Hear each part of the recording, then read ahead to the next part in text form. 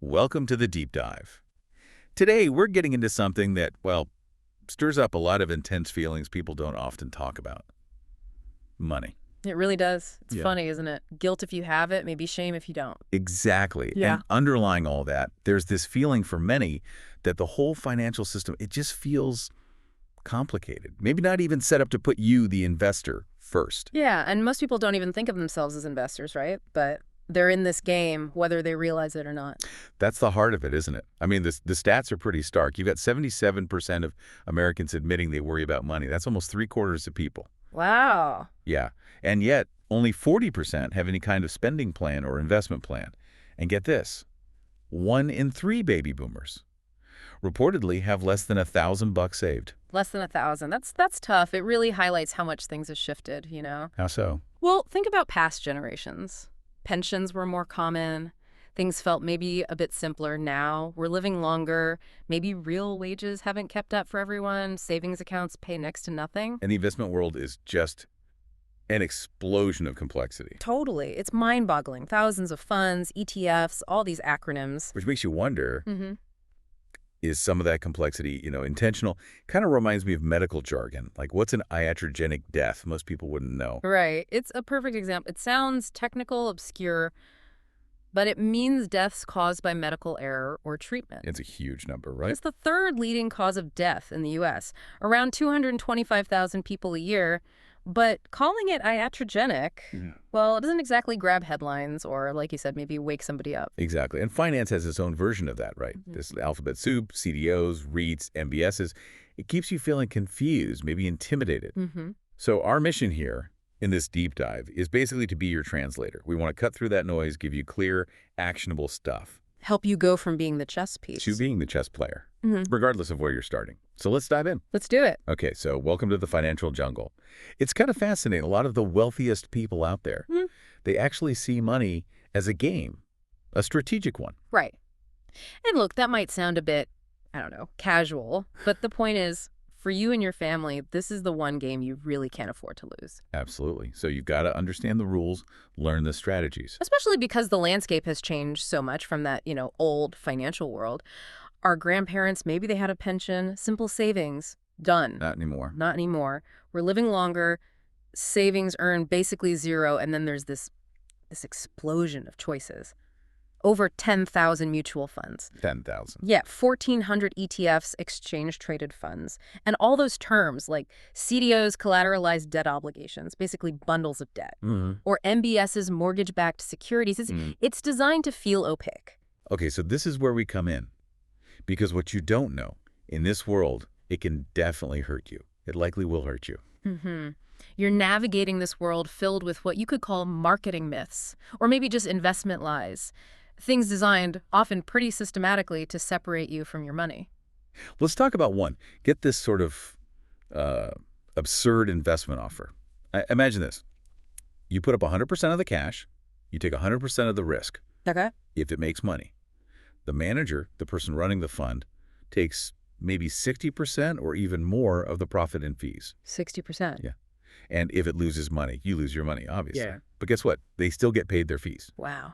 That sounds unfair, doesn't even cover it. Right. But that's pretty much the deal for like 90% of American investors who are in typical actively managed mutual funds. It's staggering. Jack Bogle, the founder of Vanguard, he wasn't shy about it. He called the mutual fund industry the world's largest skimming operation. Skimming operation. Strong words. Yeah, because he said, look, most people don't do the math and the fees are hidden. It's marketing, basically. And here's the really crucial part, the insight. Those fees. They don't just chip away at your gains. They actually reverse the power of compounding. They turn it against you. Explain that. How does that work? Okay, picture this. You invest $10,000 when you're 20. Let's say it grows at a decent 7% a year.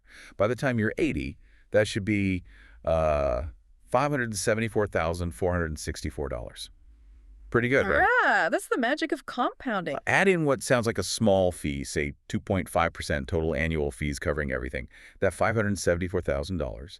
It shrinks down to just $114,275. Wait, say that again? From over $500,000 down to about $114,000. That means you've lost almost $440,000. That's 77% of your potential money, just gone. to fees. 77% just vanished into fees over a lifetime. That's devastating. And it's not just a hypothetical. The data backs it up, right? Oh, absolutely. There was a big 15-year study, 1984 to 1998. They looked at 200 top actively managed funds. Guess how many actually beat a simple S&P 500 index fund? Not many, I'm guessing. 8. Just 8 out of 200. Wow. And look at a more recent 20-year stretch, 93 to 2013, the S&P 500 index. It returned 9.28% per year on average. But the average person invested in a mutual fund, they only made 2.54%. So the math just doesn't add up for active management most of the time. Rarely justifies the cost, which leads right into the next big myth. Myth number 2. Oh, our fees are just a small price to pay. Right. They flash this expense ratio number at you. Maybe it's like 1% or something. Seems small. But it's like a magic trick, isn't it? Misdirection. Exactly. It's sleight of hand. You're looking at this one little number. Meanwhile, there's this whole hidden laundry list of fees buried deep in the prospectus. Stuff most people never see or understand. Someone actually dug into this, right? An economist. Yeah, Robert Hilton Smith. He did his PhD research on 401k plans. He found, get this, 17 different types of fees, plus other costs that get passed on to you. 17. Yeah. Like, oh, asset management fees, 12B1 fees, those are for marketing, believe it or not, trading costs, record-keeping fees. The list goes on. He said the prospectuses were incredibly opaque, basically designed so you can't figure it out. and the total impact over a lifetime is huge. It's massive. An average worker may be making $30K a year, saving 5%. They could lose $147,000 to 401k fees. $147,000. And if you earn more, say $90K a year, that loss could jump to $277,000. John, to fees you probably didn't even know you were paying. Exactly. So the bottom line here, the real insight, these excessive fees, they can literally eat up 50% to 70% of your potential retirement savings. 50 to 70%. That's like losing a decade or more of your working life savings. It really is. So the clear action step for you is find out what you're really paying. Aim to get your total annual investment costs down to 1.25% or less, preferably much less. Okay, that's huge. Which brings up a really important question about trust.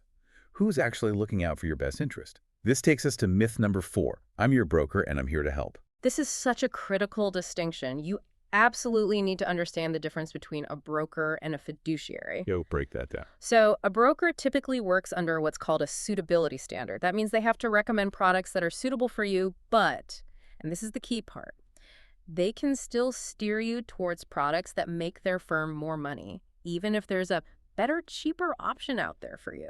So suitable isn't necessarily optimal. Not at all. Now, a fiduciary, they have a legal obligation, a duty, to act in your best interest, period.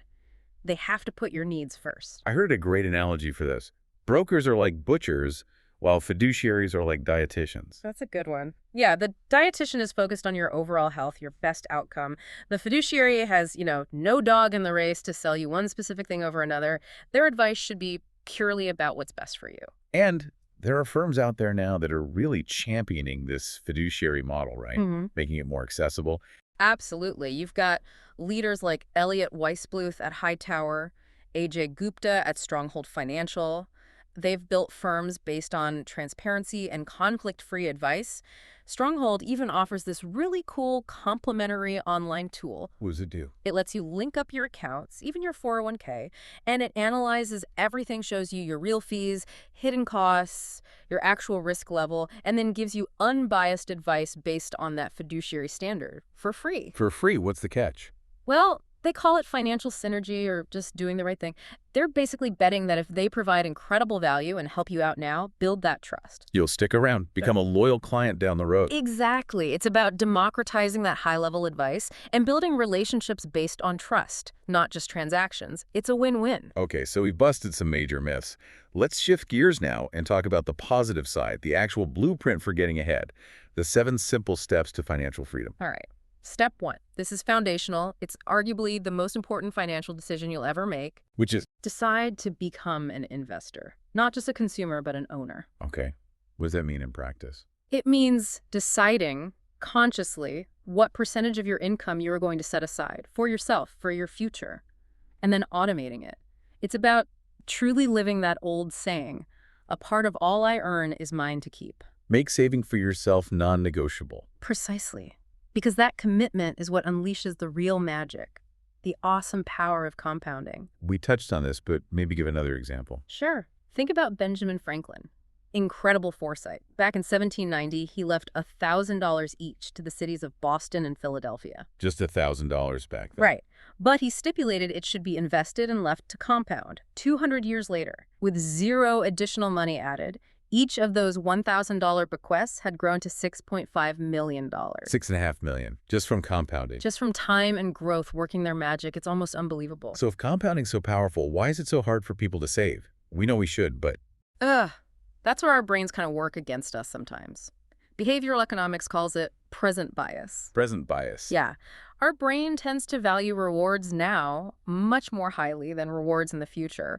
Our future self almost feels like a stranger, less real. So saving for that stranger, it's hard to prioritize. That makes sense. It explains some crazy stats, right? Like the lottery thing. Oh, yeah. The average American household spends about $1,000 a year on lottery tickets. $1,000. And the odds are astronomical. Like 1 in 175 million for Powerball. Meanwhile, your odds of being struck by lightning, you're 251 times more likely to get hit by lightning than win the lottery. It shows how we sometimes make totally irrational choices with money. Okay, so knowing that our brains are wired this way, are there tricks or strategies to overcome it? Absolutely. And this is where behavioral economics is brilliant. There's a plan called Save More Tomorrow. Or SMART for short. Save more tomorrow. How does it work? It's genius because it's almost painless. You simply commit today to automatically save a certain percentage of any future pay raises you get. So you don't feel the hit in your current paycheck. Exactly. The money gets saved before you even get used to having it, and the results are amazing. They tested this with blue-collar workers, people who were saving basically nothing. Within about 5 years, using the SMART plan, they painlessly increased their savings rate from 0 up to like 14%, even 19% of their paychecks, without feeling deprived. That's a total game changer. We saw this work with Angela's story too, right? Yeah, Angela's a great example. She was 48, hadn't saved anything, but she committed to saving 10% right away, and she signed up for the SMART plan to save more from future raises. And she factored in Social Security. Right. When she plugged all that into her plan, including her estimated Social Security benefits, she suddenly realized she could hit her goal for financial security, having enough investment income to cover basic needs by age 62. Okay, that leads perfectly into step 3, make the game winnable, which is about defining what you're actually aiming for, defining those financial dreams. This is so important because most people wildly overestimate how much money they actually need. Like Angela, thinking she needed millions. Exactly. She had this vague idea of needing maybe $3 million for financial security. But when we actually broke it down, what annual income did she need to cover her basics? It was about $34,000 a year. Right. And to generate that income reliably from investments, she discovered she needed closer to $640,000. Still a lot of money, but way, way less daunting than $3 million. So getting specific makes the goal feel achievable. Totally. Clarity is power here. But before you even aim for those bigger dreams, there's a crucial first step, right? The safety net. The emergency fund. Yeah. And that stat is shocking. 40% of Americans couldn't come up with $2,000 for an emergency. It's sobering. Came from a study by Princeton and UChicago researchers. So, rule number 1, build that cushion first. Aim for 3 to 12 months of your essential living expenses saved up in cash. Got it. Safety first. Then you can start mapping out the bigger goals. Right. And you can use tools like a wealth calculator. There are apps for this now to model it out.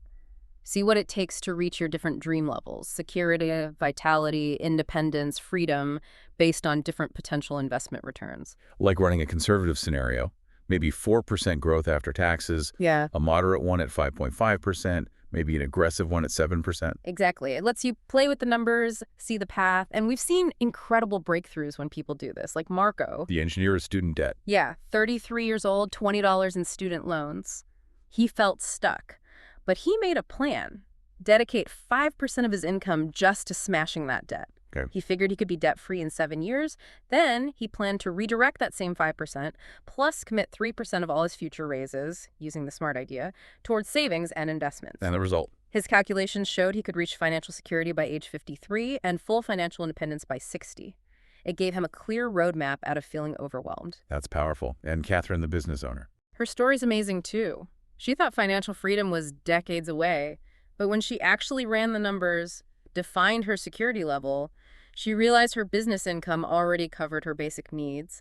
She was financially secure today. Wow. She didn't even know it. Nope. And then she saw that reaching financial independence, where her investments could cover her desired lifestyle, might only take another 3.5 to 7 years just by focusing on growing her business income strategically. So defining the target, knowing the numbers, it changes everything. Completely transforms your perspective and your actions. Okay, so we have the steps. Now, how do we speed things up? Let's talk about the 5 ways to accelerate the journey. Strategy 1, save more and invest the difference. Right, and people often say, I can't save anymore. But we're not just talking about skipping coffees here. Look at the big expenses. Like your mortgage. You mentioned a banker's secret. Yeah, it's about understanding how mortgage interest works. On a typical 30-year fixed loan, especially in the early years, a huge chunk of your payment, maybe 80% at 6% interest, goes just to interest, not paying down the actual loan balance much. So you end up paying way more than the house price. Oh, yeah. That $500,000 house, over 30 years at 6%, you'll pay over $1 million in total with interest. It effectively doubles the cost. Ouch. But there are ways around that. Definitely. Just making one extra principal payment per year, or even just paying a little extra towards principal each month. It can shave years off the loan and save you tens, even hundreds of thousands in interest. Refinancing when rates are lower is another big one. Okay, so mortgages. What else? Cars. Cars are another big one. Remember Angela? She looked hard at her car situation. Maybe she didn't need such an expensive payment. She found a way to save $400 a month. That's almost $5,000 a year. Exactly. Serious cash freed up to go straight into her freedom fund, accelerating her goals. So it's about mindful spending, maybe having a spending plan rather than a rigid budget. Yeah. Decide ahead of time where your money brings you real joy and value. Make sure your big fixed costs are optimized, and ensure you're hitting your savings goals first. Okay, strategy 2. Earn more and invest the difference. This one has basically no limits. It's potentially the fastest path. Because your earning potential isn't fixed. Right. Like Jim Rohn said, all you have to do to earn more money in the same amount of time is simply become more valuable. Warren Buffett says something similar, right? Yeah. About investing in yourself. He calls investing in yourself, your skills, your knowledge, the most powerful investment you can make. Because nobody can tax it away or take it from you. And value creation can come from anywhere. You mentioned GoPro and Spanx. Yeah, fantastic examples. Nick Woodman, GoPro founder, he was a surfer, just wanted a good way to capture his rides, saw a need, tinkered, created a waterproof clip-on camera, boom, billion-dollar industry. He got in front of that whole digital sharing trend. He solved the problem he had. Exactly. And Sarah Blakely, Spanx, started with $5,000, literally cut the feet off pantyhose because she didn't like how her pants looked. Identified a common frustration. And created a whole new category, shapewear. Right. Built a billion-dollar company from scratch by just adding value, solving a problem, and refusing to hear no. So the message is, look for needs, add value, become more valuable yourself. And the impact on your finances can be huge. Think about it. Earning just an extra $500 a month, that's $6,000 a year. Invest that at 8% over, say, 40 years. That could add another $1.5 million to your retirement nest egg. $1.5 million just from finding a way to earn and invest an extra $500 a month. Okay. Strategy 3, reduce fees and taxes, invest the difference. This goes back to that core idea. It's not what you earn that matters, it's what you keep. We hammered on the fees already, how they can cost you 50–70% of your future wealth. Right. What about taxes? Taxes are often the single biggest expense for people. Get this. The average American, when you add up all the different taxes, income, payroll, sales, property, etc., might see over 54% of their income go to taxes. More than half. Yeah. And then add maybe another 17% or so going to interest and fees on debt mortgages, credit cards, car loans. What's left? Only about 28.5% for everything else: food, housing, clothes, saving. Well, that paints a bleak picture. So managing that tax bite is critical. Absolutely critical. It's about being tax efficient, understanding the difference between different types of income and how they're taxed. Like ordinary income versus capital gains. Exactly. Your regular salary. Taxed at ordinary income rates, which can be close to 50% at the high end, federal and state combined. But profits from investments you hold for more than a year. That's long-term capital gains, taxed at a much lower rate, currently around 20% federally for most people. So how you invest matters for taxes. Hugely. Simple, low-cost index funds, for instance, tend to be more tax-efficient because they don't buy and sell stocks constantly. Less trading means fewer taxable events being passed through to you each year. And you mentioned there are ways to make investments grow tax-free. Yeah, there are specific IRS-approved strategies, often used by wealthier individuals, that allow your investments to grow completely tax-free and sometimes even be withdrawn tax-free. Using these can potentially help you reach your goals 25%, maybe even 50% faster. We get into those details in the source material we're drawing from. Okay, good to know. Strategy 4. Get better returns. This sounds like maybe taking more risk. That's the common myth. More return equals more risk. But the smartest investors don't think that way. They look for what's called asymmetric risk-reward. Asymmetric risk-reward, meaning, Big potential upside, but very little downside risk. Or the potential loss is strictly limited while the potential gain is much larger. okay, give me an example. Well, think about real estate again, but maybe a specific niche like senior housing or assisted living facilities. Why that specifically? Demographics. It's almost a demographic inevitability. You have 10,000 baby boomers turning 65 every single day in the U.S. The demand for senior housing is just set to explode. Okay, so high demand. What about returns and risk? You might see investments in this area targeting, say, 6–8% annual income, often with tax advantages because of depreciation rules for real estate. And it can be accessible. You don't have to buy a whole facility. You can invest through publicly traded real estate investment trusts, REITs. Some shares cost as little as $25. So, potentially good returns driven by a strong trend with tax benefits. What about something else? Another example could be something like first trust deed lending. Basically, you're lending money to someone, maybe a property developer, and that loan is secured by a piece of real estate as collateral, usually at a conservative loan-to-value ratio. So if they don't pay, you could potentially take the property. That's a security. You might earn, say, 8–10% annual interest. And even if the property value were to drop significantly, your initial investment is often still well protected because you didn't lend the full value in the first place. That's asymmetric, decent return potential with lower downside risk compared to just hoping the stock market goes up. Interesting. Okay, so finding better returns isn't just about swinging for the fences.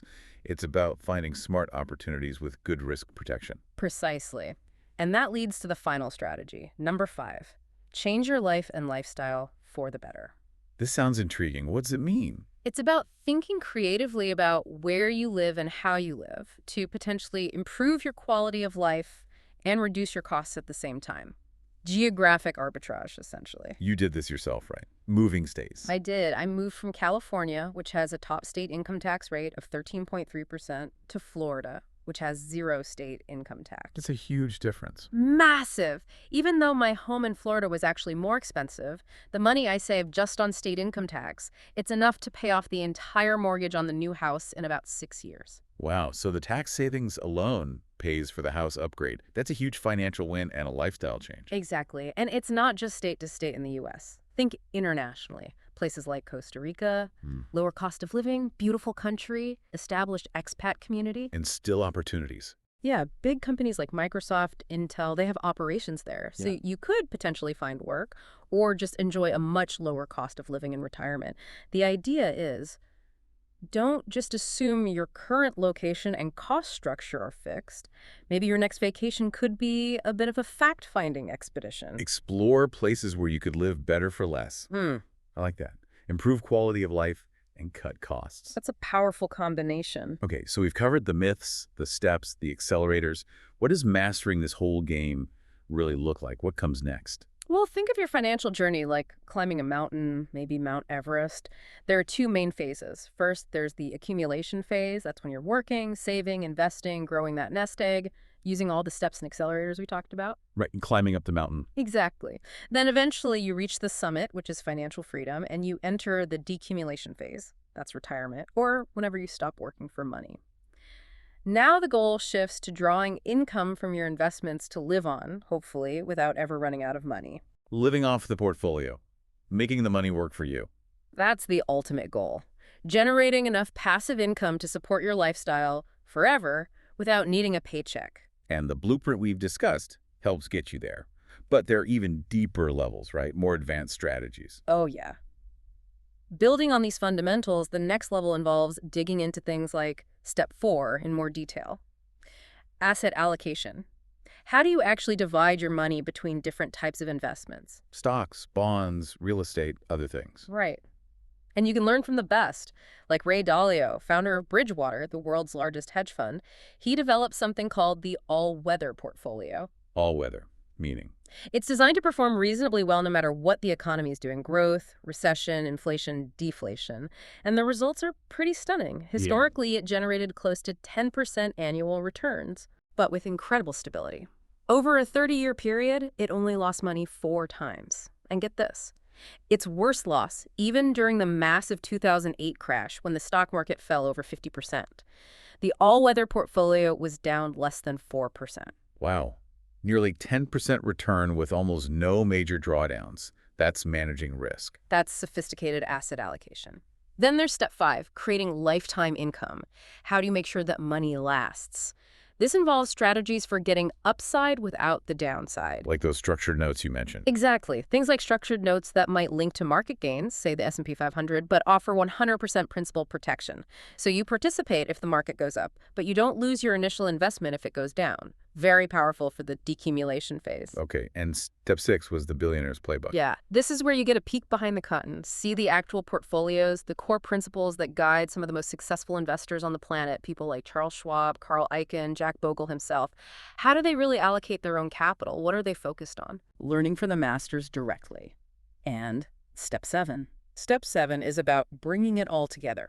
Living a truly rich life, which includes leveraging new technologies, think 3D printing, changing manufacturing, self-driving cars, changing transportation, but also, crucially, the joy and fulfillment that comes from contribution, from giving back, creating a legacy. That makes sense. So we've laid out this incredible path, busted myths, shared strategies. But what's the final hurdle? What really stops people?